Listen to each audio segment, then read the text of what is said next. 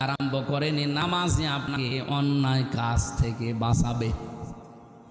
সাহাবী এসে বলে, হে রাসূল, একজন নামাজও পড়ে চুরিও করে, নামাজ পড়ে মিথ্যা কথা বলে। নবীজি বললেন, তাকে চুরি করতে দাও, নামাজ পড়তে দাও, অতি শীঘ্রই তার নামাজ তাকে অন্যায় কাজ থেকে বাঁচিয়ে রাখবে। বলেন সুবহানাল্লাহ।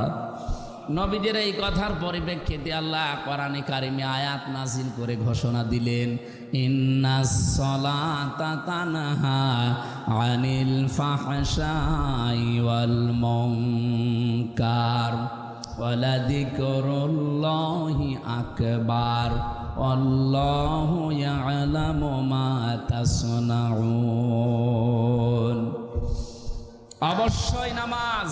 আল্লাহ শুধু আসসালাত দিতে পারতেন, ইন্না লাগিয়েছেন।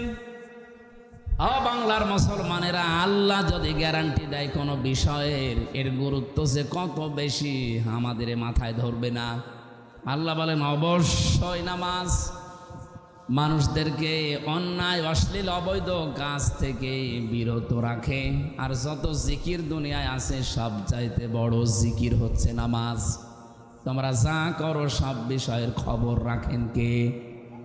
আরো জোরে বলেন কে?